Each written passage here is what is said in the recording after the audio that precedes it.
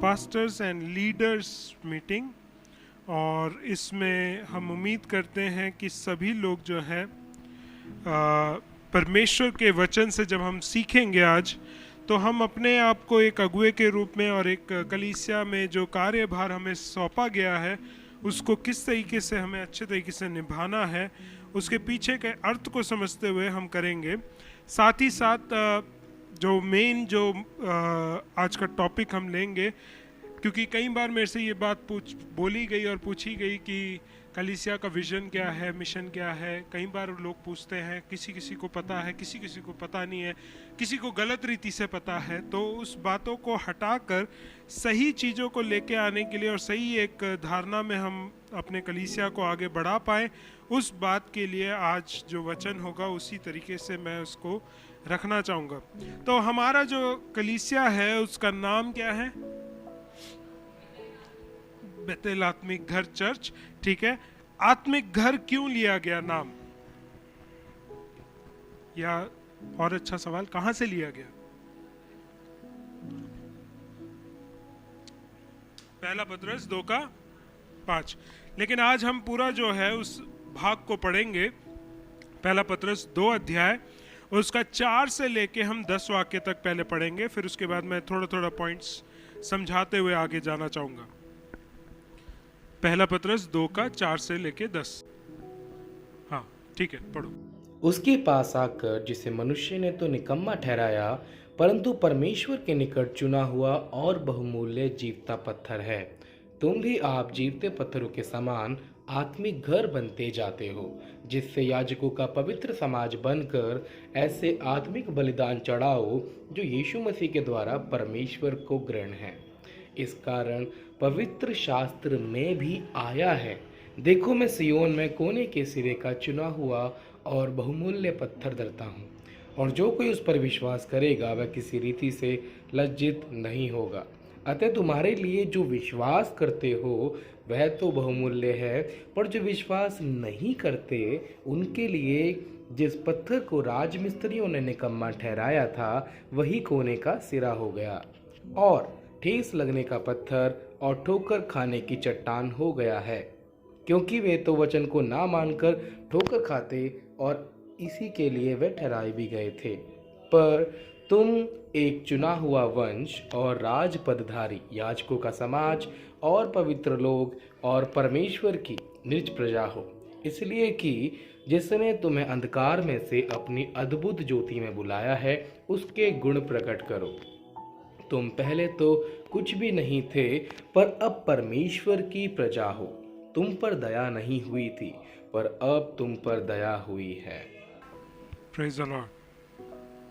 वचन जितना हमने पढ़ा है उतना हम शायद समझ पाए हैं कि हम कलीसिया से क्या मांग रखी जा रही है, और जो हमारा कलीसिया के बारे में बताया गया, क्योंकि मैं वाक्य को वाक्य भर तोड़ तोड़ कर मैं इस बात को समझाऊंगा जो भाग हमने पढ़ा है। तो पहले 2 वाक्यों को फिर से हम पढ़ देंगे, 4 और 5 वाक्य। उसके पास आकर जिसे मनुष्यों ने तो निकम्मा ठहराया। हाँ, तो सबसे पहले हमें समझना है कि मसीह को सबसे पहले परमेश्वर के लोगों के अलावा बाकी लोगों ने क्या किया? निकम्मा ठहरा दिया है। फिर परंतु हाँ, परमेश्वर के निकट। मुझे बहुत अच्छा लगता है ये वर्ड परंतु, क्योंकि ये परंतु में एक आशा है। क्योंकि इंसानों ने जब निकम्मा ठहरा दिया, रिजेक्ट कर दिया, लेकिन परंतु जो परमेश्वर का जो परंतु है, बट जो है बहुत अच्छा है कि परमेश्वर ने क्या किया? उसको परमेश्वर के निकट हाँ, चुना हुआ हाँ, और बहुमूल्य हाँ, जीवता पत्थर है। 3 चीजें, चुना हुआ, बहुमूल्य और जीवित पत्थर है। प्रेशियस, लिविंग एंड चुना हुआ, चोजन। ठीक है, परमेश्वर ने उसको चुना हुआ और जीवित और बहुमूल्य, प्रेशियस मानकर उसको अलग कर दिया। ठीक है, ये बात को समझे बगैर आप 5वें वाक्य को नहीं समझ सकते हैं कि मसीह को जानना बहुत जरूरी है कि मसीह का कैरेक्टर असैसिनेशन लोगों ने कर दिया है, लेकिन उसी परमेश्वर ने जिसके पुत्र को संसार ने रिजेक्ट कर दिया है, उसी परमेश्वर ने अपने पुत्र को चुन लिया है, बहुमूल्य कर दिया है और जीवित किया है। Praise the Lord. इस बात को समझते हुए 5वें वाक्य को हम पढ़ें। तुम भी, हाँ, तुम भी, किसके भी? तुम भी, जैसे मसीह है तुम भी चुने हुए हो, तुम भी बहुमूल्य हो, तुम भी जीवित हो। Hallelujah, hallelujah. परमेश्वर ने तुम लोगों को, जो लोगों के द्वारा रिजेक्टेड हैं, जो लोग निकम्मे माने जाते थे, जो लोग तुच्छ गिने जाते थे, जिनके ऊपर दया नहीं हुई है, 10वें वाक्य में कहता है कि तुम्हारे ऊपर दया नहीं हुई थी लेकिन अब दया हो गई है। इसका कारण क्या है? कि परमेश्वर ने तुम्हें चुन लिया है, परमेश्वर ने तुम्हें बहुमूल्य माना है, परमेश्वर ने तुम्हें जीवित कर दिया है। हालेलुया। इसलिए तुम भी क्या करना है? आप जीवते पत्थरों के समान, हाँ, आप जीवते पत्थरों के समान आत्मिक घर बनते जाते हो। हाँ, अगर तुम मसीह के समान चुने हुए, मसीह के समान बहुमूल्य हो, मसीह के समान जीवित हो, तो तुम भी जीवित पत्थरों के समान क्या बनते जाना है? आत्मिक घर। Praise the Lord. हमारी खूबियां हमारी वजह से नहीं आती हैं, हमारी खूबियां मसीह के वजह से आती हैं। हालेलुया। हम अगर कीमती हैं, हम अगर जीवित हैं, हम अगर चुने हुए हैं, वो इसलिए है क्योंकि मसीह हम में है। आमीन। और जब मसीह हम में है, जब हमारे अंदर ये खूबियां आ चुकी हैं, हम इसके द्वारा आत्मिक घर बनते जाते हैं। Praise the Lord. हालेलुया। वाक्य वहीं नहीं खत्म होता है और फिर कहता है जिससे हाँ, याजकों का पवित्र समाज बनकर, कौन कौन है ये? हम लोग जो प्रभु की प्रजा में गिने नहीं जाते थे, प्रभु के लोगों में गिने नहीं जाते थे, गोत्र, याजकों का गोत्र में तो हमारा जन्म हुआ ही नहीं है। और हमें क्या कहा जा रहा है कि तुम आत्मिक घर बनते जा रहे हो, और जिससे तुम क्या कर रहे हो? याजकों का पवित्र समाज बनकर, प्रेज़ द लॉर्ड। आगे ऐसे आत्मिक बलिदान चढ़ाओ, हाँ, जो यीशु मसीह के द्वारा हाँ, परमेश्वर को ग्रहण है। Praise the Lord. हम जब घर बनते जा रहे हैं, हमारे घर बनने का कारण ये नहीं है कि हम अपने आप में कुछ कुछ चीजें भरते जाएं। हम ज्यादातर घर बनाते हैं, घर के अंदर फिर सामान लेके आते हैं ना। लेकिन यहाँ पे हमें क्या बोला गया है? घर बनने के बाद तुम्हें आत्मिक बलिदान बन के चढ़ना है। यू हैव टू सैक्रिफाइस, तुम्हें देना पड़ेगा। और क्या है? ये देना पड़ेगा जो यीशु मसीह में होकर तुम्हें देना पड़ेगा, ताकि वो ग्रहण योग्य हो जाए। किसके लिए? परमेश्वर के लिए। Praise the Lord. पास्टर को खुश करने के लिए या कलीसिया को खुश करने के लिए हम कोई बलिदान ना चढ़ाएं, या नाम और शौहरत के लिए हम कोई बलिदान ना चढ़ाएं कि फलाने पास्टर ने 5 लाख रुपए दान में दे दिए, उसके वजह से उसका नाम बड़ा हो गया। नहीं, वो उसके लिए नहीं है। आपका बलिदान, आपका समय, आपका पैसा, आपका टैलेंट, आपका जो भी आप ऊर्जा लगा रहे हैं, वो सब कुछ इसलिए होना चाहिए कि परमेश्वर उस बलिदान को ग्रहण कर सके। Praise the Lord, praise the Lord. Pastor आपको एक्सेप्ट ना करें, आपके कलीसिया के लोग आपको एक्सेप्ट ना करें, आपके जो भी समाज में लोग हैं वो आपको एक्सेप्ट ना करें, लेकिन फिर भी हम सेवा करते रहेंगे, फिर भी हम कार्य करते रहेंगे, क्योंकि मैं जो कार्य कर रहा हूं वो लोगों से अप्रिसिएशन पाने के लिए नहीं, बढ़ावा पाने के लिए नहीं, चढ़ावा चाहने के लिए नहीं, लेकिन मैं इसलिए कर रहा हूं कि मेरे परमेश्वर को वो कार्य ग्रहण योग्य हो जाए। Praise the Lord, praise the Lord. कि मैं तो यहाँ पे सेवकाई कर रहा हूँ, मैं तो वहाँ सेवकाई कर रहा हूँ, पास्टर तो आके देखते नहीं है, कलीसिया के ये जो लोग हैं ये लोग मेरी सेवकाई आके देख नहीं रहे, लेकिन परमेश्वर आपकी सेवा को देख रहा है। Praise the Lord. आप जब यहाँ पे सब्जी काटने के लिए आते हैं तो पास्टर नहीं देख रहा है, लेकिन परमेश्वर देख रहा है। आपकी निष्ठा को, आपकी मेहनत को, आपके समय निकाले हुए को, आपके आने को, आपके पसीने को, आपकी मेहनत, सारी चीजों को परमेश्वर देख रहा है। हम ये बात को अगर ग्रहण करें, ये बात को अगर हम समझ जाएं कि मैं जो सेवकाई कर रहा हूं किसी को दिखाने के लिए नहीं कर रहा हूं, पर परमेश्वर को ग्रहण योग्य होने के लिए कर रहा हूं। Praise the Lord. इफिसियों की पत्री 2 अध्याय, उसका 19, 20, 21, 22 4 वाक्य हम पढ़ेंगे। इफिसियों 2 का 19 से। इसलिए हाँ, तुम अब विदेशी और मुसाफिर नहीं रहे। पहले हम लोग फॉरेनर्स थे, ये लिखा है इंग्लिश में कि therefore you are no more strangers and foreigners। हम पहले विदेशी हुआ करते थे, हम लोग अज्ञात लोग थे, हमें किसी को नहीं जानते थे, हम एक दूसरे को। पर अब क्या है? परंतु मुझे फिर से अच्छा लगता है ये वर्ड, परंतु। हाँ, पवित्र लोगों के संगी। हाँ, अब क्या हो गए हैं? पवित्र लोगों के संगी हो चुके हैं। और स्वदेशी किसके? अपने सियोन देश, सियोन, परमेश्वर के राज्य के, उस देश के हम स्वदेशी हो चुके हैं और परमेश्वर के घराने के हो गए। हाँ, हम जो परदेशी हुआ करते थे, हम जो अनजान लोग हुआ करते थे, अब क्या हो गए हैं? स्वदेशी हो चुके हैं, परमेश्वर के घराने के हो चुके हैं और पवित्र लोगों के संगी भी हो चुके हैं। ठीक है, फिर आगे क्या लिख रहा है? और प्रेरितों और हाँ? भविष्यवक्ताओं की नींव पर, हाँ, जिसके कोने का पत्थर हाँ? मसीह यीशु स्वयं ही है, हाँ? बनाए गए हो। Praise the Lord. कहाँ पे है? फाउंडेशन कहाँ से शुरू हो रही है? यीशु मसीह कोने का पत्थर, फिर प्रेरितों और भविष्यवक्ताओं की नींव पर, भविष्यवक्ताओं के द्वारा जो नींव डाली गई है, उसके ऊपर हमारा कलीसिया बनना है। Praise the Lord, hallelujah. Praise the Lord. यानी कि हम जब अभी कलीसिया में जो बायलॉज हैं, कॉन्स्टिट्यूशन है, उन सब चीज़ों को हम देखते हैं और वो सब भी बाइबल के आधार पे ही बनाई जाती हैं। और हम सब कुछ जो भी हम करते हैं, वो कलीसिया में जो भी कुछ होता है, उस कलीसिया का जो भी आधार होगा वो वचन पे आधारित होता है, जिसकी नींव शुरुआत कहाँ से होती है?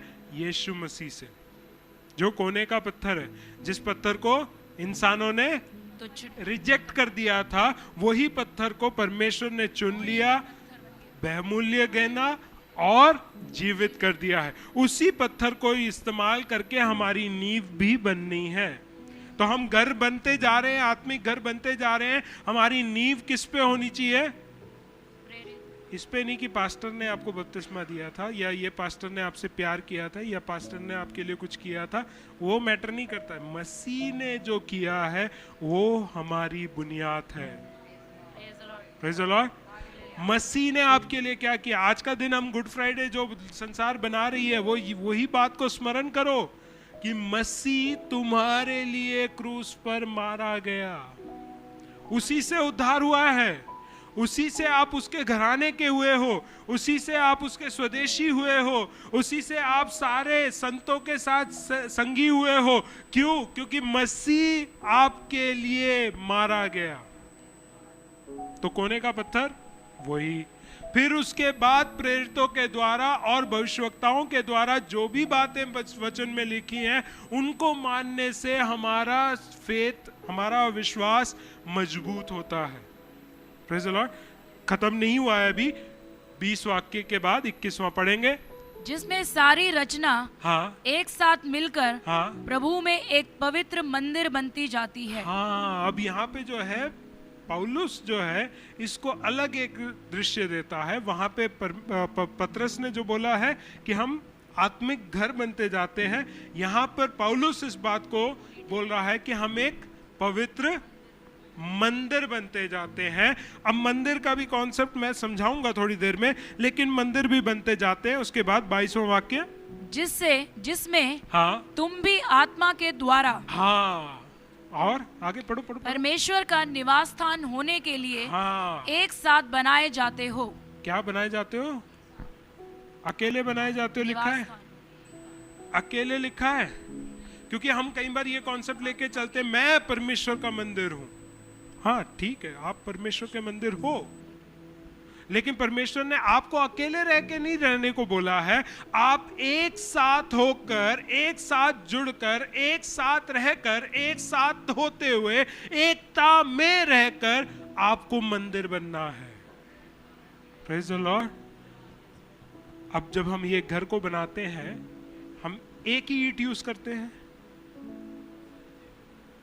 एक ईंट लगाकर हम पूरा घर बना सकते हैं।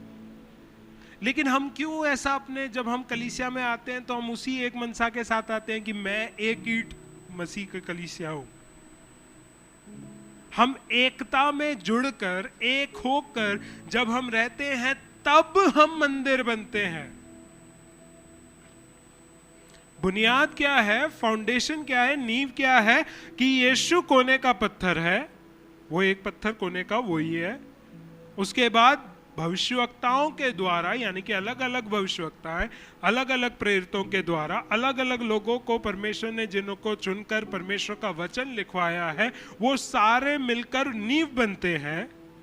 हम लोग जो विश्वास करके मसीह के पीछे चलने का निर्णय ले लेते हैं, हमारा उत्तरदायित्व है कि हम उसी बुनियाद पर, उसी नींव के ऊपर एक एक ईंट, एक एक साथ जुड़ते हुए हम पवित्र मंदिर बनते जाएं। Praise the Lord. Praise the Lord. Problem यहां आती है कलीसियाओं में कि हम उस मंदिर को बनते हुए देखना तो चाहते हैं, लेकिन हम एकता में नहीं आना चाहते, क्योंकि परमेश्वर पौलुस के द्वारा ये इफिसियों की पत्री में जो महत्वपूर्ण बात देना चाहता है इफिसियों की कलीसिया और हमारी कलीसिया को, वो ये है कि हमें एकता में होना है, तभी ये इमारत बन सकती है। अब ये इमारत जो है फिजिकल इमारत नहीं है, आत्मिक इमारत है। स्पिरिचुअल होम बन रहे हैं, आत्मिक घर बनना है, तो हमें उस आत्मिक घर के एक एक ईंट बनकर, एक साथ जुड़कर उस बिल्डिंग को बनाना है। Praise the Lord, praise the Lord. बिना एकता के वो मुमकिन नहीं है। तो यहां पर जब परमेश्वर के दास ये बात को बता रहे हैं, उसी के साथ दो वाक्य और पढ़ेंगे इफिसियों की पत्री में ही, 2 अध्याय 13 और 14 वाक्य। पर अब मसीह यीशु में हाँ, तुम जो पहले दूर थे। हाँ, अभी समझो, मसीह यीशु में जो तुम पहले क्या थे, किसके बारे में बोल रहे हैं पता है? यहूदी और अन्य जातियों के बारे में, कि पहले मसीह के आने से पहले तुम लोग क्या थे, दूर थे। तुम्हारा कोई रिश्ता नहीं था, कोई नाता नहीं था, तुम एक दूसरे से बातचीत नहीं करते थे, तुम एक दूसरे से बहुत दूर रहते थे। अब मसीह यीशु में क्या है, मसीह के लहू के द्वारा निकट हो गए हो। हाँ, हमें निकट करने वाला, जो जोड़ने वाला सीमेंट जो है, वो क्या है, मसीह यीशु का लहू। वो हमें जोड़ता है। अगर मसीह के यीशु के लहू से आपको उद्धार मिला है, आपको एक दूसरे के साथ जुड़ने में कोई प्रॉब्लम नहीं है। Praise the Lord, praise the Lord. फिर चाहे यहूदी हो, चाहे वो यूनानी हो, फिर चाहे वो श्रीलंका वाला हो, चाहे पाकिस्तान का हो, चाहे भारत का हो, हम एक साथ जुड़कर रहने के लिए एक ही चीज जरूरत है, वो है यीशु का लहू। Praise the Lord.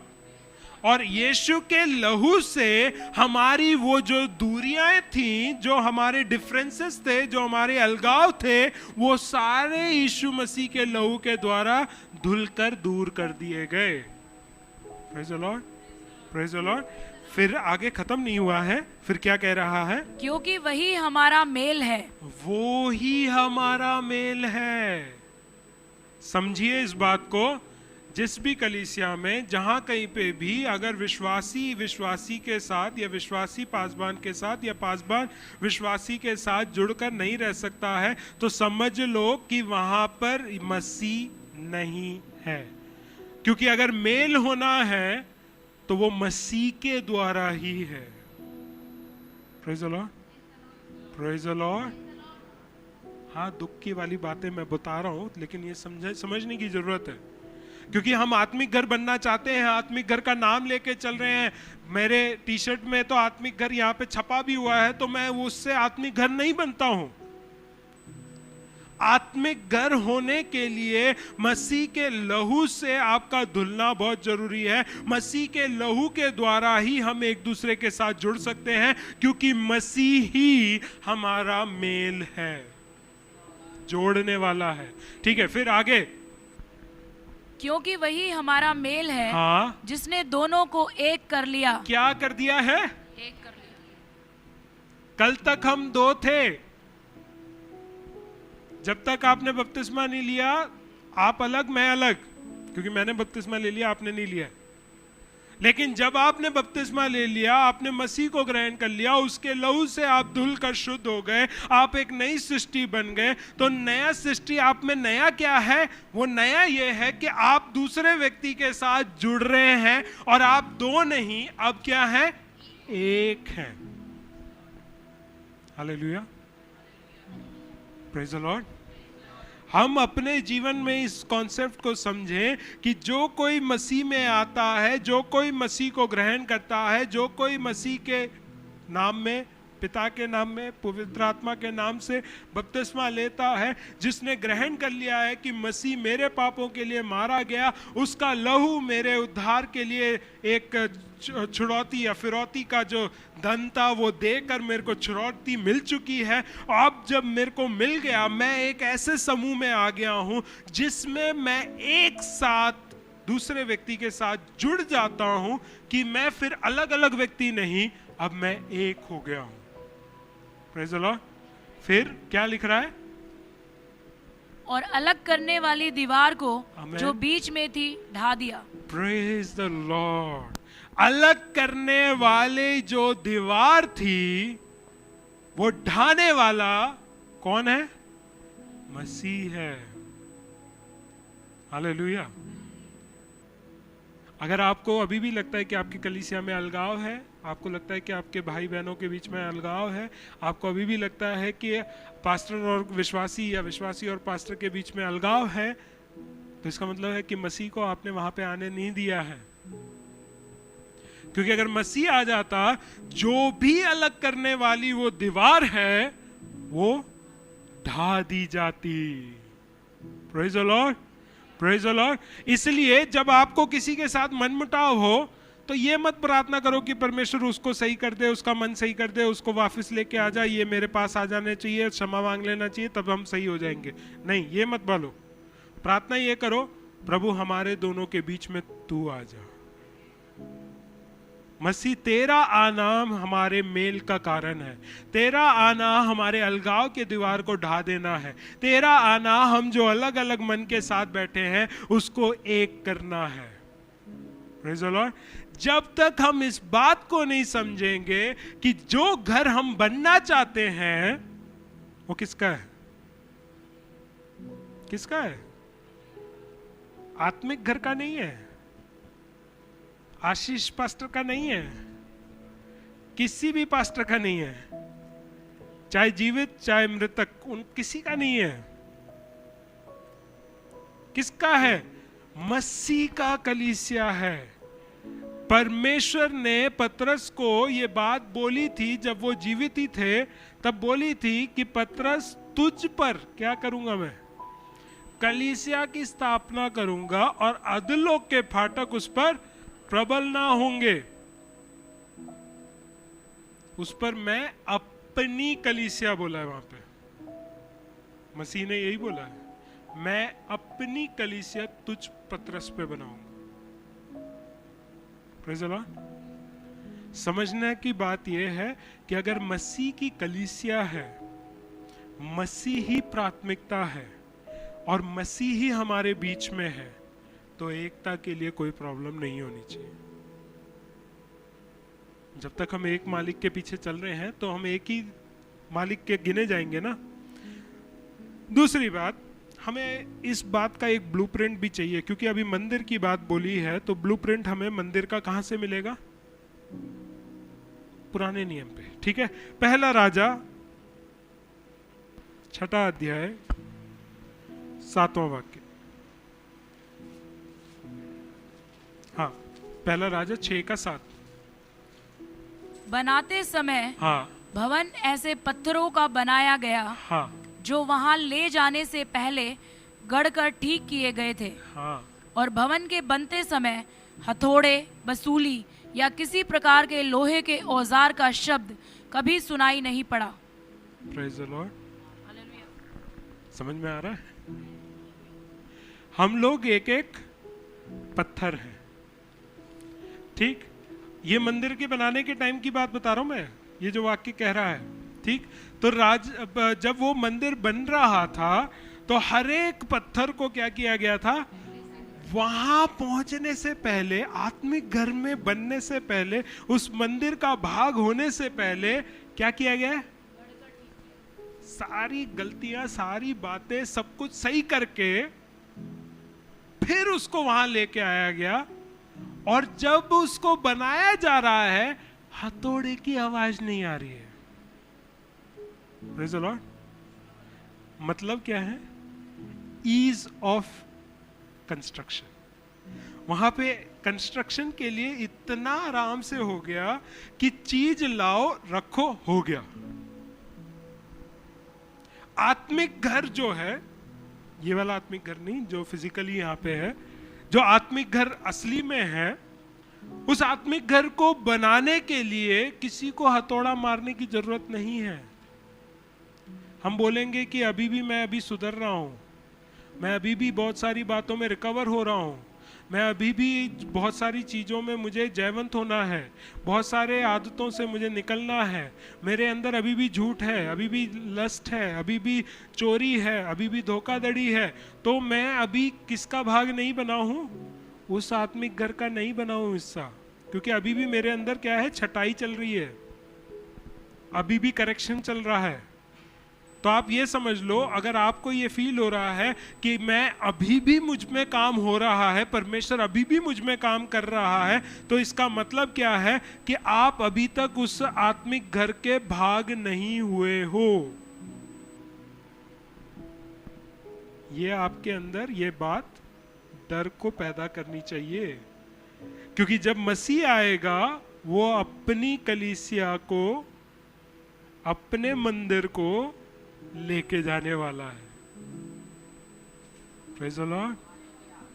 अगर आज भी हम ये सोच रहे हैं, प्रभु तू मुझ पे अनुग्रह कर दे, मेरे पापों को क्षमा कर दे, मेरी आदतों को सुधार दे, तो अगर आज भी हम यही विषयों में लगातार बने रह रहे हैं कि परमेश्वर मेरे अंदर गुस्सा बहुत है, परमेश्वर मैं झूठ बहुत बोलता हूं, मुझे पता है कि सच क्या है, लेकिन फिर भी मैं सच नहीं बोलता, मुझे पता है कि इसमें मेरा नुकसान है, इसलिए मैं अपने फायदे के लिए बातें बोल रहा हूं।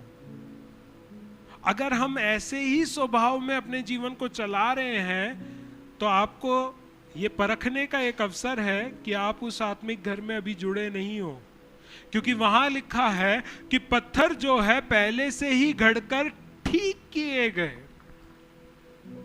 इट वॉज रेडी, सही था, परफेक्ट, ठीक, कि एक पत्थर दूसरे पत्थर के साथ रखेंगे तो कोई उबड़ खाबड़ नहीं होगा, बिल्कुल परफेक्ट सेटिंग में फिट हो जाएगा।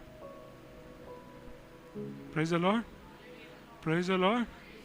तो कहना क्या चाह रहा है? पौलुस भी इसी बात को कह रहा है कि तुम आत्मिक घर बनो या आत्मिक मंदिर बनो, एक पवित्र मंदिर बनो, लेकिन उस मंदिर को बनाने का जो ब्लूप्रिंट पहले दिया गया था वो इस तरीके से था कि उन पत्थरों को लाने से पहले ही उसको ठीक किया गया और मंदिर में जोड़ते चले गए ताकि वहां पे शोर नहीं हुआ। आज भी हम कलीसिया में डांट डांट के बोल रहे हैं, सुधर जाओ, सुधर जाओ, समय आ गया, सही कर लो, अंधकार अभी भी है, शैतान के चंगुलों में फंसकर यहाँ पे आते हैं, फिर आजादी पाते हैं, फिर आराधना करते हैं, फिर हम आशीष पाते हैं, फिर हम बाहर जाते हैं, फिर से हम बेड़ियों में हो जाते हैं, और ये साइकिल रिपीट पे चल रहा है। तो कलीसिया एक वॉशिंग मशीन तो है, एक ही बार के लिए। Praise the Lord. क्योंकि मसीह हमारे लिए एक ही बार मरा है, तो वो एक ही बार वॉश होकर हम पवित्र हो गए। अब हमें पवित्र बने रहना है ताकि हम भी उस आत्मिक घर या उस पवित्र मंदिर के भाग गिने जाएं। Praise the Lord. एक और वाक्य पढ़ेंगे, कुलुस्सियों की पत्री 3 अध्याय उसका 17वां वाक्य।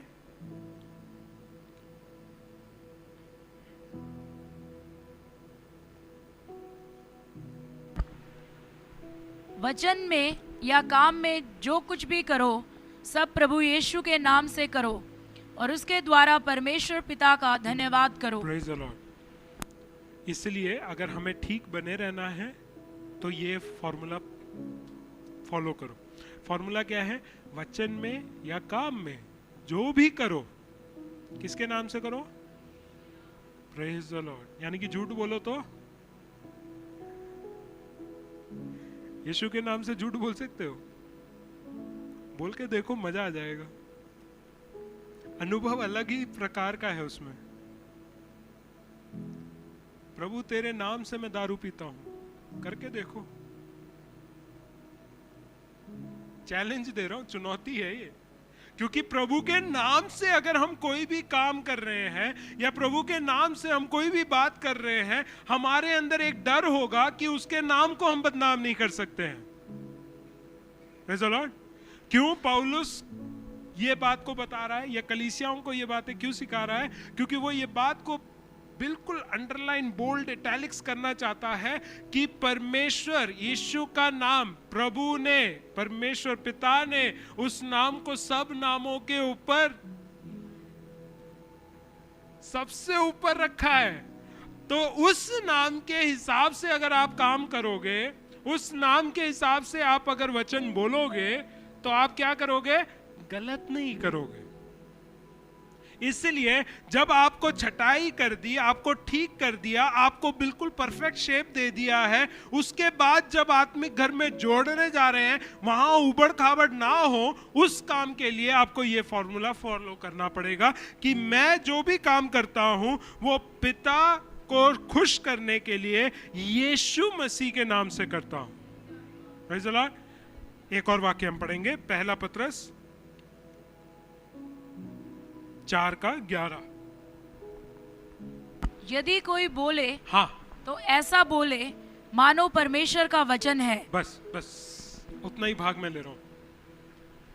इंग्लिश में ना अच्छा वर्ड लिखा हुआ है उसमें, if a man speak let him speak as the oracles of God. Oracles का मतलब पता है? अब ऑरेकल्स का हिंदी में देखो, है ऑरेकल्स नियम नहीं है। ऑरेकल्स एक तरीके से भविष्यवाणी भी कह सकते हैं, लेकिन पूरी तरीके से भविष्यवाणी नहीं है। इट इज काइंड ऑफ एक प्रमाण है कि ये होगा।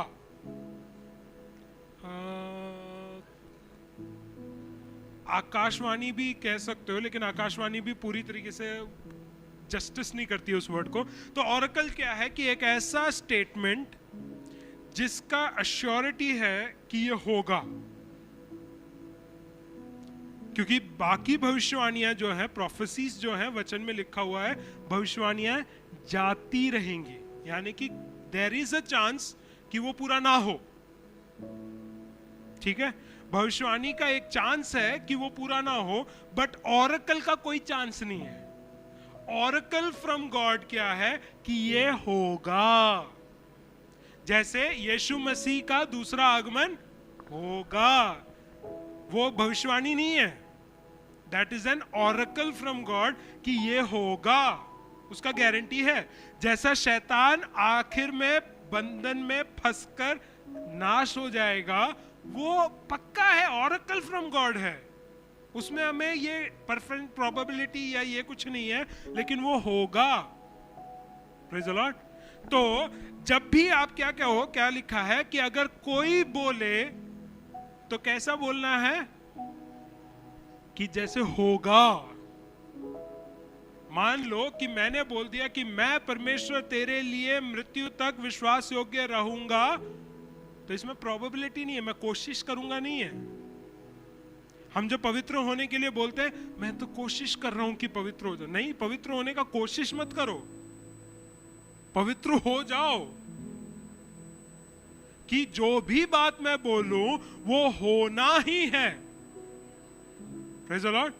कि मैं इसलिए बोल रहा हूं, मेरे मुंह से अगर कोई शब्द निकल रहा है वो इसलिए निकल रहा है क्योंकि मैं उसको करने वाला हूं। नहीं तो मत निकालो, चुप रहो, बढ़िया है, दंड कम मिलेगा। लेकिन अगर मुंह से बोल दिया है तो उसको करो, खत्म करो कि मेरे को करना है। मैं अगर प्रभु का हूं तो प्रभु का हूं, फिर चाहे तलवार आ जाए, बंदूक आ जाए, चाहे मेरे को क्रूस के सामने डाल दिया जाए या शेर के सामने डाल दिया, मैं तब भी मसीह का हूं। Praise the Lord. ये बात को समझना जरूरी है क्योंकि ब्लूप्रिंट हमें ओल्ड टेस्टमेंट में मिला है, हमें उसको पूरा करना है। अब तीसरा जो खूबी इस बिल्डिंग का, आत्मिक घर का, God's building is never completed, कभी भी पूरा नहीं हुआ है अभी। क्योंकि अभी भी हम कहते हैं कि ये खत्म काम जो यीशु मसीह ने क्रूस पे किया था, उसके बाद उन्होंने लिखा था, उन्होंने कहा था पिता को कि इट इज फिनिश्ड, पूरा हो गया। लेकिन परमेश्वर का ये जो मंदिर बनना है ये अभी तक खत्म नहीं हुआ, इसलिए हमारे पास ग्रेस है, हमारे पास एक समय है कि हम अभी भी सही हो सकते हैं, अभी भी हमारे जो एडजस्ट है उसको सही करके उसको ऐड कर सकते हैं, फिट कर सकते हैं। हम इस बात को देखें कि कारपेंट्री में एक स्टेटमेंट बोला जाता है, 10 बार आप नाप ले लो, 1 बार काटो। 10 बार नाप ले लो, 1 बार काटो। क्यों? क्योंकि लकड़ी खराब हो जाएगी। आप 10 बार नाप ले लो कि जहां आपको फिट करना है, और जो लकड़ी आपके पास है उसको 10 बार नाप लो कि ये सही में उधर फिट होगा कि नहीं, इससे पहले कि आप उस पे आरी चलाओ। कहने का मतलब आप 10 बार सोच लो कि आपको सही में मसीह के पीछे चलना है कि नहीं। हम बार बार बोलते हैं, हम तो 3 महीने का मौका भी देते हैं, बैप्टिज्म का क्लास लेते हैं 3 महीने का, और फिर उसके बाद फिर पूछते हैं सही में बपतिस्मा लेना है।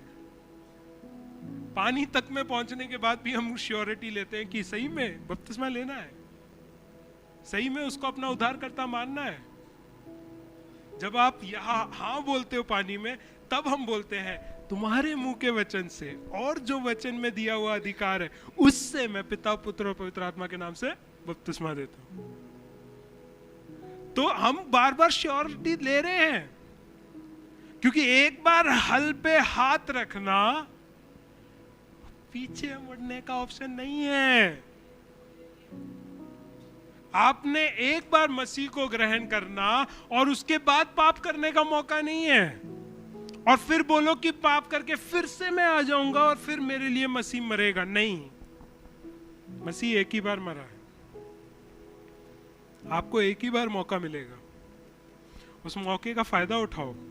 हम जरूर बोलेंगे, लेकिन सोच समझ के करो, क्योंकि ये एक ऐसा कमिटमेंट है, ये ऐसा एक आपका कमिटमेंट को हिंदी में क्या बोलेंगे, समर्पण है, कि आप उसमें से मुकर नहीं सकते हो। आपको उसी समर्पण में अपने जीवन को जिस तरीके से बपतिस्मा वाले दिन में किया है, मृत्यु तक या उसके दूसरे आगमन तक उसी कमिटमेंट में हमें बने रहना है। Praise the Lord. इफिसियों 2 अध्याय उसका 20 वाक्य।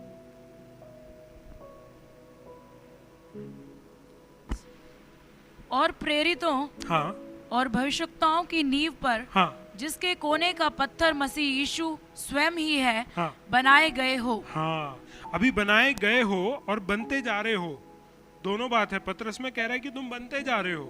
तो हमें यह समझना है कि जो भी चीज हमारे जीवन में बन रहा है, जो कंप्लीशन में जाना है, वो इन्हीं के द्वारा होगा। किनके द्वारा? प्रेरितों और भविष्यवक्ताओं के बातों के द्वारा ही हम बनते जाएंगे। Praise the Lord. So completed work नहीं है। 1 कुरिन्थियों 3 अध्याय उसका 6वां वाक्य पहले पढ़ें।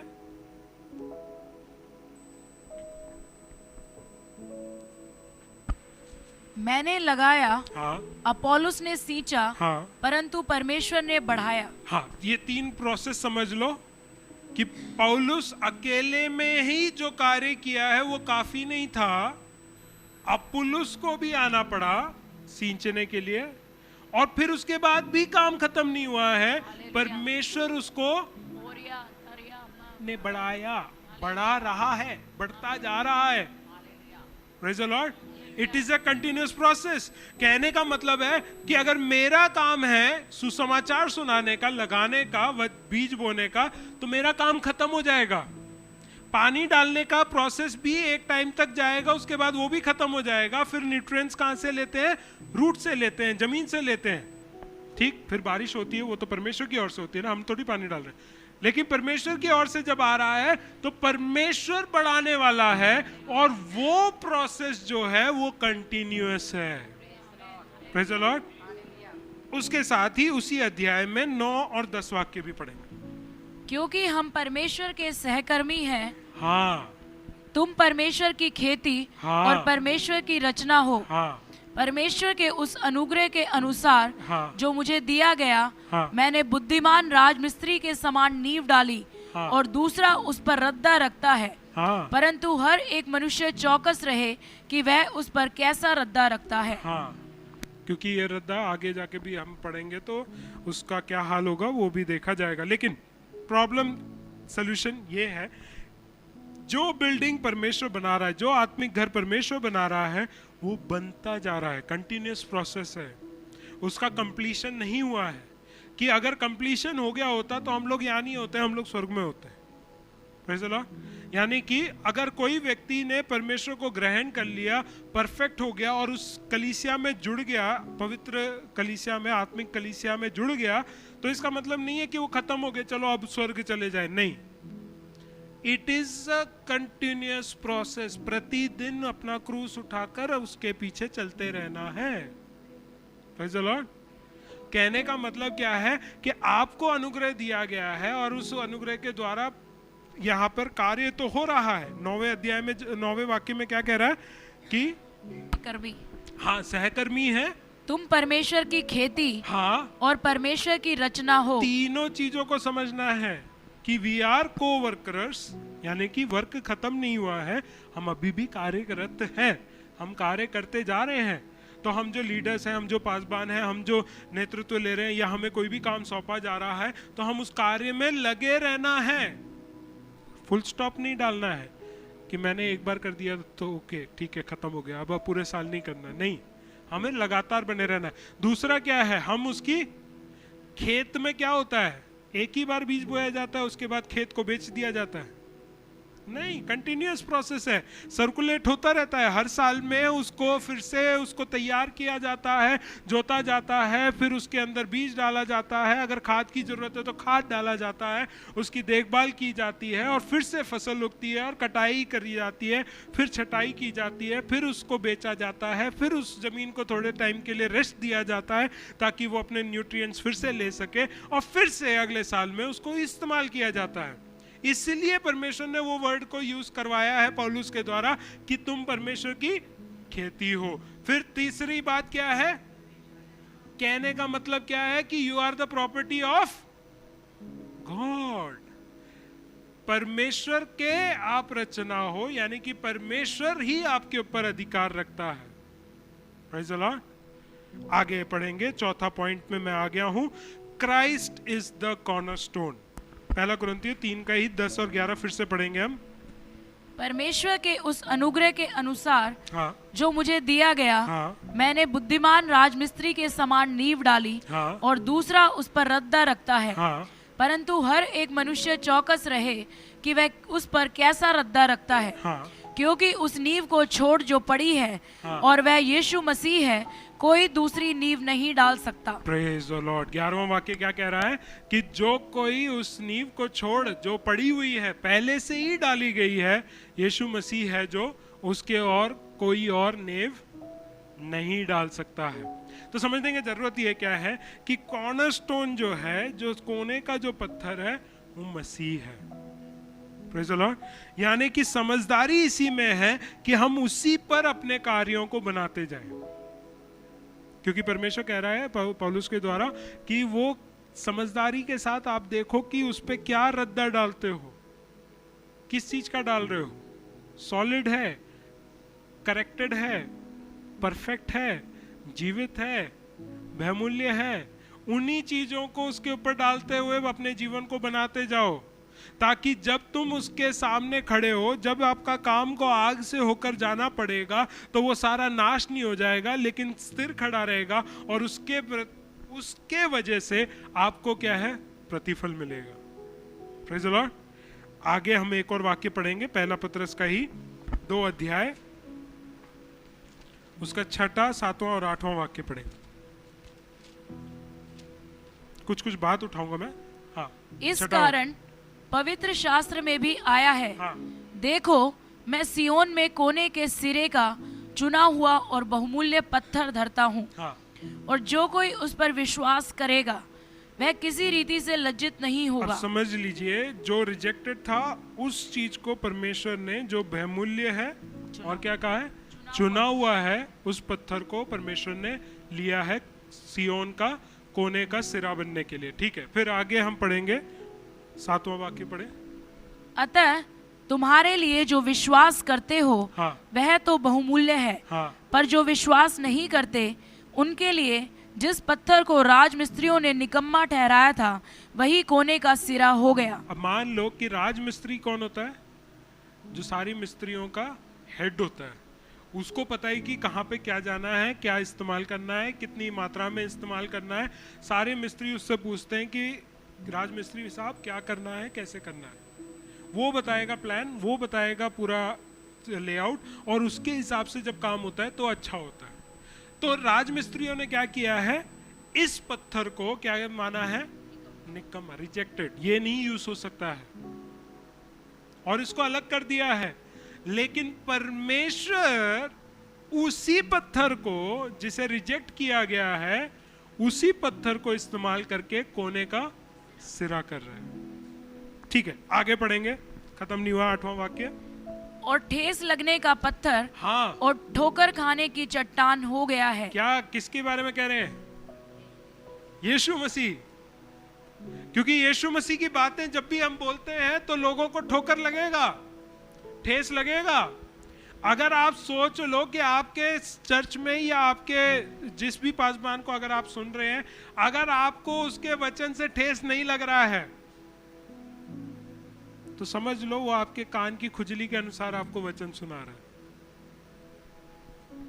क्योंकि मसीह जब भी आया है, क्योंकि यीशु मसीह का हम बोलते हैं कि वो किसका राजकुमार है, शांति का राजकुमार है, लेकिन वो क्या कहता है कि मैं किस लिए आया हूं। हाँ, हम वो भूल जाते हैं। हम मसीह को प्रेम करने वाला, कंपैशनेट, दया का सागर, यही सब बातें बोल रहे हैं, लेकिन यीशु मसीह खुद आप अपने मुंह से कहते हैं कि मैं आया हूं कि मैं तलवार चलवा सकूं, क्योंकि तुम्हारे अंदर कमियां हैं जिसे काट कर फेंकना है, उसको मसाज करके सही नहीं करना है, उसको स्टीम नहीं देना है, उसको काट के उखाड़ के फेंकना है। क्योंकि परमेश्वर का वचन गोदे गोदे को, क्या लिखा है, गूदे गूदे, गाट गाट, गूदे गूदे को, सब कुछ को, दोधारी तलवार है वो। हमारे जीवन में अगर कमियां हैं, घटियां हैं, उसको परमेश्वर के वचन के द्वारा मसीह जो है अलग करना चाहता है, क्योंकि आप तभी परफेक्ट होकर उस मंदिर के भाग बन सकते हैं।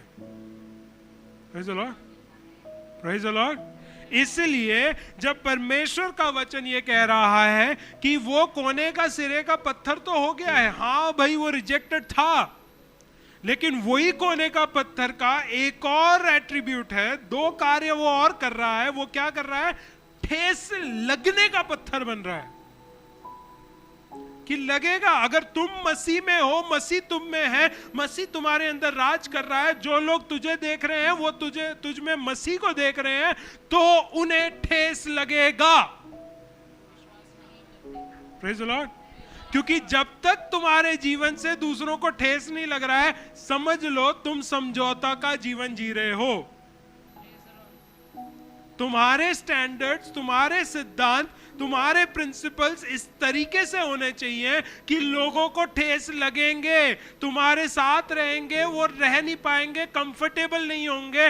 एक बेचैनी सी उनके साथ रहेगी, क्योंकि ये बंदा हिलेगा नहीं अपने बातों से, क्योंकि इसके लिए मसीह प्राथमिकता है, मसीह की बातें प्राथमिकता है। मसीह जैसे चलता था वैसे ही ये चलता है, चाहे कितना भी फायदा इसको दिखा दो, चाहे कितना भी इसके मुनाफे की बातें बताते रहो, लेकिन ये नहीं सुनेगा, क्योंकि इसके लिए प्राथमिकता मसीह है। हालेलुया। ठेस तो हो गया, अगला क्या है? ठोकर खाने का भी है।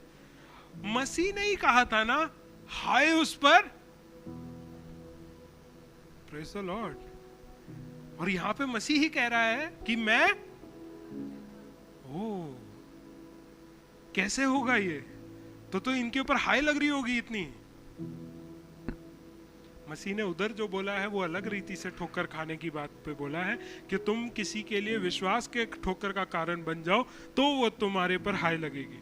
यहाँ पे विश्वास के कारण ठोकर नहीं खा रहे हैं, यहाँ पे हम अपनी अभिलाषाओं के वजह से ठोकर खा रहे हैं। मेरी सोच, मेरा शरीर, मेरे काम, मेरा पाप, वो मेरे लिए ठोकर का कारण मसीह बनता है तब, क्योंकि मुझे गिरना पड़ेगा। पाप के साथ मैं अगर मसीह के पास आऊंगा तो मैं सीधा नहीं खड़ा रह सकता, मैं वहां गिरूंगा। जब भी अगर पश्चाताप करने के लिए बोला जाता है तो एक इमेज आपके दिमाग में क्या आता है? कोई व्यक्ति घुटने में आ जाए, हाथों को ऊपर करे, आई सरेंडर यू, है ना, यही सारी बातें करते हैं। तो घुटने में आने के लिए कारण क्या है? मसीह ही घुटनों में लेके आता है। मसीह ही आपको मजबूर करता है, ठोकर खा के आपको गिराता है, वो दिखाता है कि आपकी अवस्था आकाश में उड़ते हुए पंछी के समान नहीं है, आप जमीन पे मुंह के बल गिरे हुए हो। Praise the Lord. अगर तुझे उठना है, अगर तुझे चट्टान पर खड़ा होना है, तो तुझे मसीह पर खड़ा होना पड़ेगा। Praise the Lord. तो वही कह रहा है, ठोकर खाने की चट्टान हो गया है, क्योंकि हाँ आगे पढ़ेंगे, क्योंकि वे तो वचन को न मानकर ठोकर खाते हैं। जो ठोकर खाते हैं वो वचन को नहीं मानते हैं, क्योंकि अगर वचन को मानोगे तो ठोकर नहीं खाओगे, लेकिन वचन को जो नहीं मानता है वो ठोकर खाता है। उनको ठेस लगती है, उनको चोट पहुंचता है, वो रिजेक्टेड फील करते हैं, उनको ऑफेंसिव लगता है। पास्टर जी आपने जो बोला मुझे बहुत चोट लग गई दिल पे। क्यों? क्योंकि वचन का पालन नहीं कर रहे हो। क्योंकि अगर वचन के हिसाब से तुम चल रहे होते तुम्हें ठोकर नहीं लगता, वचन के हिसाब से अगर चल रहे होते तुम्हें ठेस नहीं लगती। तुम अगर वचन के हिसाब से लग रहे होते तुम्हें वो चोट नहीं, तुम्हारे लिए एक स्टेपिंग स्टोन बन जाता।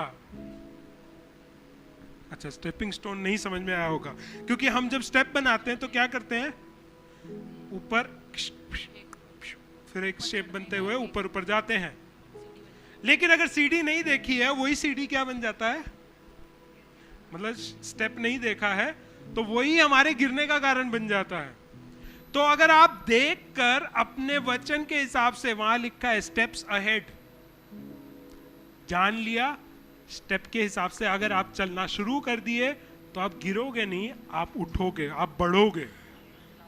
आत्मिक रीति से बढ़ने का कारण ही क्या है? जैसे जैसे आप वचन में बढ़ते जाओगे वैसे वैसे आप आत्मिक रीति से बढ़ते चले जाओगे। लेकिन अगर आप वचन नहीं पालन कर रहे हो, वही वचन जो आप नहीं मान रहे हैं आपके लिए क्या बन जाएगा? ठोकर खाने का कारण। फिर आगे, पर तुम नहीं, खत्म नहीं हुआ था, क्योंकि वे तो वचन ना मानने से, और इसी के लिए वे ठहराए भी गए थे। हाँ, किसी लिए ठहराए गए हैं? यीशु मसीह परमेश्वर के रूप में नहीं आया, वो इंसान के रूप में इसलिए आया ताकि वो सारी बातों को तुम्हारी भाषा में तुम्हें समझा सके, करके दिखा सके। और ठहराया भी इसलिए गया कि तुम्हें ठोकर लगे। Praise the Lord, praise the Lord. हमें ठोकर खाने के लिए ही बनाया गया, क्योंकि ठोकर खा के ही हम समझेंगे। Praise the Lord. जब तक सही चल रहा है सही चलते रहेगा ना, मान लो कि आप हाईवे में गाड़ी चला रहे हो, स्पीड लिमिट 120 का है, सही 120 चलाते जा रहे हो, कब आप रोकोगे? जब उसी हाई स्पीड में चलाते समय हाईवे में एक स्पीड ब्रेकर आ जाए।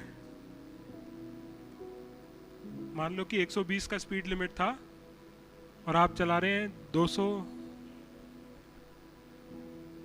उड़ा रहे हैं आप गाड़ी को, चला नहीं रहे हैं, और वही स्पीड ब्रेकर 120 की स्पीड में शायद ऐसे ऐसे करके निकल जाता, लेकिन 200 की स्पीड में डिश। तो चोट ज्यादा किसमें लगेगी? 200 वाले में। हम अपने आप को क्या करते हैं कि हम हाईवे की स्पीड में हैं, जब तक चल रहा है चलने दो। हम ये सोच रहे हैं अनुग्रह है तब तक चलने दो जैसा चल रहा है। वो स्पीड ब्रेकर एक ही बार आएगा, आपका एक्सल तोड़ के चला जाएगा, फिर गाड़ी आगे नहीं जाएगी।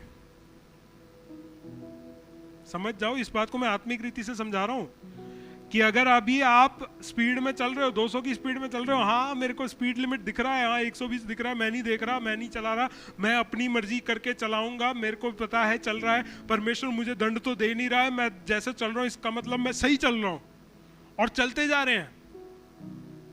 एक ही बार आएगा वो मसीह, एक ही बार आएगा, एक ही बार तुरही फूकेगी, और उसी में पता चलेगा कि आप जाओगे कि नहीं जाओगे। उसमें आपका एक्सल टूटेगा या आप अपने आगे मंजिल तक पहुंचोगे, वो पता चल जाएगा। हमें पता नहीं है कि वो स्पीड ब्रेकर कब आएगा, इसलिए स्पीड लिमिट को फॉलो करते चले जाओ।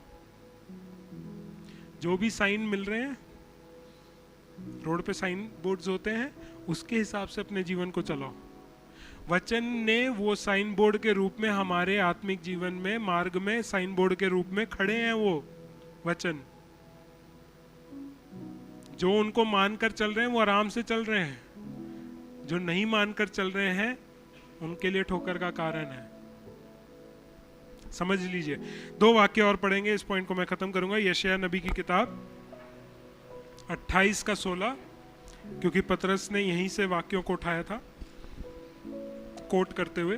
पहला वाक्य यशायाह 28 का 16।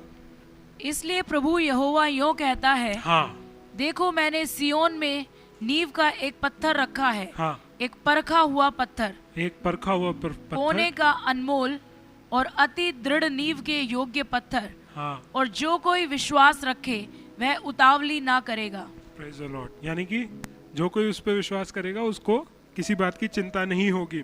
और एक और वाक्य हम पढ़ेंगे, भजन संहिता 118 का 22।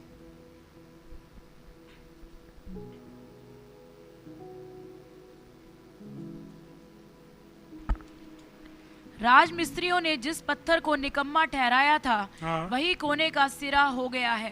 Praise the Lord. यही कॉन्सेप्ट को पतरस संभाल रहा है और लेके आ रहा है अपने वचन में, और कह रहा है कि यीशु मसीह जो है वही कोने का पत्थर है जिसका ब्लूप्रिंट पुराने नियम में पाया गया है, और वो आज नए नियम की कलीसिया के लिए और आने वाली कलीसियाओं के लिए एक मूल बन जाएगा। ठीक है।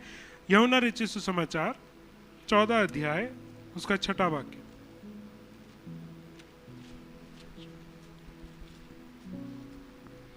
यीशु ने उससे कहा, हाँ, मार्ग और सत्य और जीवन मैं ही हूँ, हाँ, बिना मेरे द्वारा कोई पिता के पास नहीं पहुंच सकता। बस मैं लास्ट वाले भाग में ही ध्यान दूंगा, बिना मेरे द्वारा, थ्रू मी, विदाउट मी। कहने का मतलब क्या है? No one comes to the father but by me लिखा हुआ है, लेकिन एक ट्रांसलेशन कहता है एक्सेप्ट थ्रू मी। मेरे द्वारा तुम पिता के पास पहुंच सकते हो। ये बात को समझो कि आप अगर परमेश्वर के घर, आत्मिक घर बनना चाहते हो, वो उसी के द्वारा हो सकता है, और किसी के द्वारा नहीं है। यीशु के बगैर आप पिता तक नहीं जा सकते हो। तो हमारा मूल शब्द जो आप पहला पतरस में पढ़ चुके हो, 2 अध्याय उसका 9 और 10 वाक्य।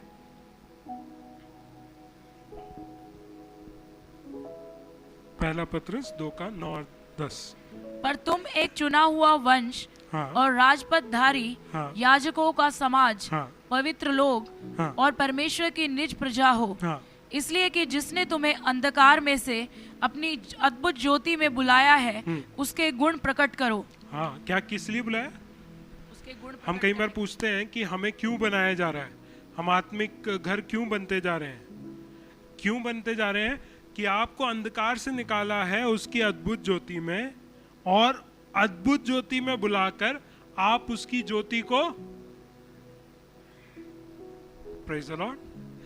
तो जिनको नहीं पता है कि मेरा पर्पस क्या है, मेरा उद्देश्य क्या है आत्मिक घर में आने का, तो आत्मिक घर में आने का यही उद्देश्य है कि आप जिस अंधकार में थे उसमें से निकाल कर उसके अद्भुत ज्योति में बुलाए गए हो, ताकि उसके गुण, मेरे गुण नहीं, मेरी योग्यता नहीं, मेरे नाम या खानदान का नाम नहीं, उसके गुण को मैं प्रकट करूं। फिर आगे 10वां वाक्य, तुम पहले तो कुछ भी नहीं थे। हाँ, पहले क्या थे? कुछ भी नहीं। हम कुछ समझ के आते हैं,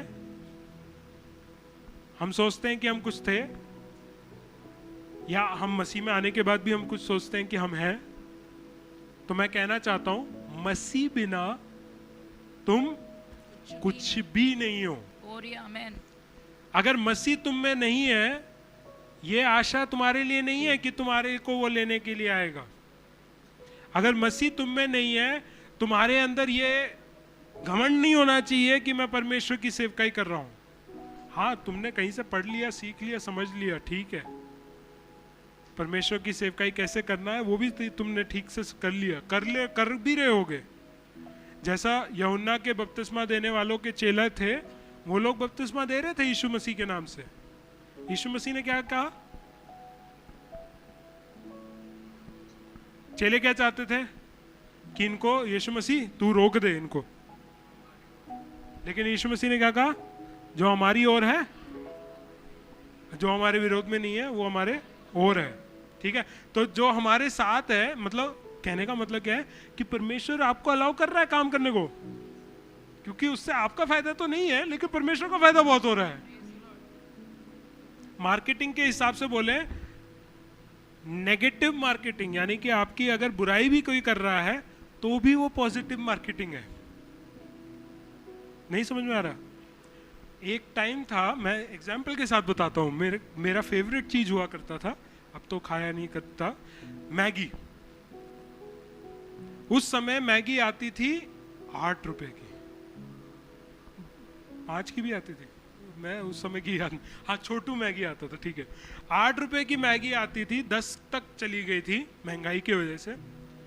लेकिन फिर एक न्यूज आया, मैगी खराब है, मैगी में केमिकल है जो पेट में जाके, आंतड़ों में जाके फंस जाता है और आपको ब्लोट करता है, आपको मोटा करता है।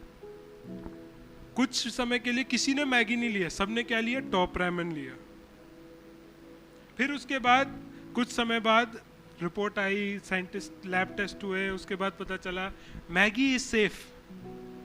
अब मैगी ने भी बहुत अच्छा सा खेला, जो 10 रुपए का चीज मिलने वाला चीज 2 रुपए बढ़ा के बोला तुमने हम पर शक किया था ना, उसकी सजा है। फिर भी लोग ले रहे हैं 12 रुपए की अभी भी। अब छोटू मैगी नहीं आता है, अब 12 की बेचते सीधा। कहने का मतलब उनकी पब्लिसिटी हो गई, मैगी वालों को कुछ नुकसान नहीं हुआ, उनका फायदा ही हुआ। कहां 10 की बेच रहे थे, उन्होंने 12 कर दिया। Praise the Lord. तो बुरी चीज, बुरी मार्केटिंग होती नहीं है, नेगेटिव मार्केटिंग होती नहीं है। चाहे तुम आप बुराई भी कर रहे हो, उसकी मार्केटिंग हो रही है। तो कहने का मतलब क्या है कि तुम ये सोच रहे होगे कि तुम कुछ नहीं हो।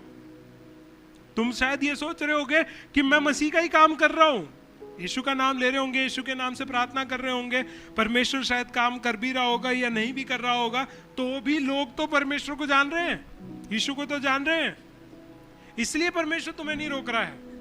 लेकिन रियलाइजेशन, मोमेंट ऑफ रियलाइजेशन कब होगा? जब हम उसके सामने खड़े होंगे। वो क्या कहेंगे? कि प्रभु मैंने तो तेरे नाम से ये किया था, तेरे नाम से मैंने ये किया था, तेरे नाम से मैंने वो किया था, मैं तो ये किया, ये चंगाई किया, मैंने ये प्रार्थना किया, ये दुष्ट आत्माओं को निकाला, सब कर दिया। और यीशु मसीह क्या कह रहे हैं? मैं तो तुझे जानता ही नहीं। अगर मसीह नहीं है तो जो हम पहले थे यानी कि कुछ भी नहीं, वो आज भी हम कुछ भी नहीं है। मसीह नहीं जानता। अगर आप मसीह में हैं, उसकी आत्मा आप में है, उसका आत्मा का छाप आप पे लगा है, तो वो कहेगा ये मेरा है। Praise the Lord। उसी कारण परमेश्वर ने क्या किया है कि अब तुम जो क्या है परमेश्वर की, हाँ, अब तुम परमेश्वर की प्रजा हो। पहले तुम्हारे ऊपर दया नहीं करी गई थी, अब तुम्हारे ऊपर दया हुई है। क्यों? कारण क्या है? Masih. There is no other reason. Yeshu Masih कह रहे हैं कि मार्ग, सच्चाई और जीवन मैं ही हूं, मेरे बगैर कोई भी पिता के पास नहीं पहुंच सकता है। हम अपने भारत की अगर महान इमारतों में से अगर एक को उठाएं तो उसमें नाम आता है ताजमहल का। बहुत ही खूबसूरत है। रिसेंटली भी मैं जाके देख के आया। किसने बनाया था? किसके लिए बनाया था? मुमताज ने देखा था उसको। क्यों? उससे पहले ही मर गई थी।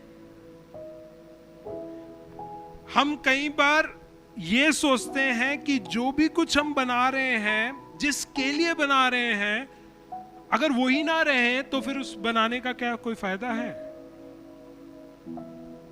तो क्या हमें ताजमहल को ढा देना चाहिए? नहीं ना। वो एक उद्देश्य से बनाया गया था। वो उद्देश्य केवल मुमताज को देखना नहीं था, उस शाहजहां की मुमताज के प्रति का प्रेम का प्रतीक था वो। और इसीलिए आज भी प्रेमी प्रेमिकाओं के बीच में उनके प्रेम का प्रतीक के रूप में एक दूसरे को वो ताजमहल देते हैं। है क्या वो? है क्या वो? इट इज अ टूम, कबर। एक ऐसी बिल्डिंग को प्रेम का प्रतिनिधि दे रखा है, रिप्रेजेंटेशन दे रखा है, जो मरा हुए लोगों को रख रहा है। धन्यवाद हो प्रभु का कि उसने अपनी कलीसिया के प्रतीति बनने के लिए या प्रतिनिधि देने के लिए चुने, बहुमूल्य और जीवित पत्थर को कोने का पत्थर बनाया है। हम उसी कलीसिया के भाग हैं, हम उसी आत्मिक घर के भाग हैं जो जीवित है, जो बहुमूल्य है और जो परमेश्वर के द्वारा चुना हुआ है। हम उसी में बने रहें, हम उसी में बने रहें, क्योंकि जब हम उसमें बने रहते हैं, हमारा मृतक जीवन नहीं है, पर एक जीवित, एक जीवन से भरा हुआ जीवन है। हम एक बार और उस वाक्य को पढ़ेंगे, भजन संहिता 127, उसका एक वाक्य, उसका पहला भाग ही सिर्फ मैं पढ़ रहा हूं। यदि घर को यहोवा ना बनाए तो उसके बनाने वाले का परिश्रम व्यर्थ होगा। Praise the Lord. इस आत्मिक घर को भी अगर बनाने वाला यहोवा नहीं, अगर किसी आदमी ने बनाया है, किसी संस्था ने बनाया है, किसी लोगों के झुंड का प्रयत्न है, तो इसका बनाने का प्रयत्न जो है, परिश्रम जो है, वो व्यर्थ है। लेकिन अगर इस घर को यहोवा बनाता है तो ये बना रहेगा। Praise the Lord.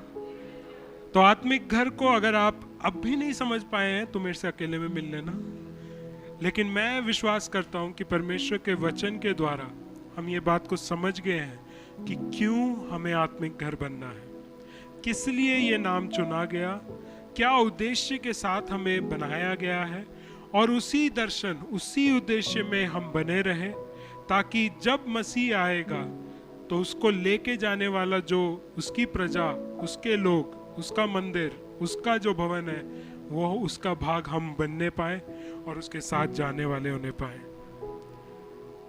क्यों ना हम अपने आंखों को बंद करें, सिरों को झुकाएं। अपने जीवन में हम बहुत सारी बातों को समझ जाते हैं, लेकिन अगर हम अपने ही कलीसिया का नाम ना समझें, हमारे कलीसिया का दर्शन को ना समझें, हम अपने कलीसिया के कार्य को और जो उद्देश्य है उसको ना समझें, तो हमारा इस कलीसिया में रहना कई बार व्यर्थ हो सकता है। लेकिन आज परमेश्वर के वचन के द्वारा परमेश्वर ने हमें समझाया, सिखाया, और अपने कलीसिया के बारे में किस तरीके से हमें बनना है, कैसे हमें रहना है, और किस तरीके से हमें अपने आप को तैयार रखना है, उस बात को समझते हुए हम अपने जीवनों को परमेश्वर के हाथ में समर्पित करने पाए। ये कोई जोर जबरदस्ती से नहीं किया जा रहा है, पर आपकी पूरी आज़ादी, पूरा आपका इच्छा, आपकी मर्जी के अनुसार आप इस बात में निर्णय ले सकते हैं कि क्या आप आत्मिक घर का हिस्सा बनना चाहते हैं। बेदल आत्मिक घर शालीमार गार्डन का नहीं, बेदल आत्मिक घर मेरठ का नहीं, बेदल आत्मिक घर उड़ीसा का नहीं, बेदल आत्मिक घर फरीदाबाद का नहीं, बेदल आत्मिक घर ब्रिजवासन का नहीं, या मुनिरका का नहीं, पर उस आत्मिक घर का भाग जिसका कोने का पत्थर यीशु मसीह है, जिसकी नींव प्रेरितों और भविष्यवक्ताओं के द्वारा डाली गई है। हम उसी पर अपने आप को एक ईंट के रूप में उसमें जुड़ने पाए, उसमें हम एकता में आने पाए, हम मसीह के मेल में, मसीह के उस लहू के द्वारा एक दूसरे के साथ जुड़ने पाए। हमारे जीवन में हम अपनी इच्छा, अपनी अभिलाषाओं को पूरा करने के लिए नहीं, हमारी सोच के हिसाब से हम सेवकाई करने के लिए नहीं, पर परमेश्वर के वचन के ऊपर आधारित होकर, उसकी आत्मा की अगुवाई में होकर हम अपने जीवन को आगे चलाने पाए, ताकि हम किसी भी रीति से परमेश्वर के उस क्रूस के बलिदान को तुच्छ ना जानने पाए, ना अपने पैरों के तले रौंदने पाए, पर उस मृत्यु को, उस बलिदान को, जो चुना गया परमेश्वर का पुत्र, एकलौता पुत्र, बहुमूल्य बलिदान, जिसके द्वारा हमें जीवन मिलता है, जो मरा हुआ नहीं, वो मरे हुओं में से जी उठा है। उसी परमेश्वर के पीछे जब हम चलते हैं, हम भी उसी पत्थर के समान अपने आप को आत्मिक घर बनाते जाएं। हम भी परमेश्वर के चुने हुए हैं, हम भी परमेश्वर की नज़रों में बहुमूल्य हैं, और हम भी जीवित होकर अपने जीवन को चलाने पाए। हम परमेश्वर के सामने अपने सिरों को झुकाए हुए हैं, अपने जीवनों को समर्पण करने के लिए अगर तैयार हैं, मैं आपके संग परमेश्वर के सामने प्रार्थना करना चाहूंगा। स्वर्गीय पिता परमेश्वर, हम धन्यवाद के साथ आपके चरणों में आते हैं। धन्यवाद करते हैं कि परमेश्वर आपका प्रेम, आपका अनुग्रह हर दिन हमारे ऊपर होता है। उसके फलस्वरूप आज हम जीवित होकर आपके भवन में पाए जाते हैं। प्रभु जी, हम प्रार्थना करते हैं कि हमारे कलीसिया का नाम केवल एक बोर्ड पे लिखने के लिए नहीं, पर उसके अनुसार हम अपने जीवन को ढालने के लिए हमें सहायता मदद करें। प्रभु जी, हम प्रार्थना करते हैं कि जो वचन पतरस के 2 अध्याय उसके 4 से लेकर 10 में हमने पढ़ा है, उसके हिसाब से हम अपनी कलीसिया को उसी नाम के अनुसार अपने स्वभाव में, अपने बोल में, अपने कार्य में, अपनी संगति में भी हम दिखाने पाए। प्रभु जी, आपको तुच्छ जाना गया, तिरस्कार किया गया, लेकिन फिर भी परमेश्वर पिता ने आपको कोने का पत्थर बना के रखा है। इस कलीसिया का नींव परमेश्वर किसी भी इंसान के द्वारा नहीं, पर आप ही इस कलीसिया के कोने के पत्थर हैं। प्रभु जी, हम प्रार्थना करते हैं, इस भवन को पूरी रीति से आपके हाथों में देते हैं। इस भवन में आने वाले सभी विश्वासी को, छोटे से छोटा, बड़े से बड़ा, सभी को आपके हाथ में देते हैं। प्रार्थना करते हैं जिस दर्शन के साथ परमेश्वर ये कलीसिया शुरू की गई, उसी दर्शन में, उसी भाव में, उसी आत्मिक जलन के साथ हम अपने जीवन को आगे बढ़ाने पाएं। हर एक पासबान को, हर एक अगुओं को, हर एक जो हमारे नेतृत्व करने वाले सभी छोटे बड़े बच्चों को, विश्वासियों को आपके हाथों में देते हैं।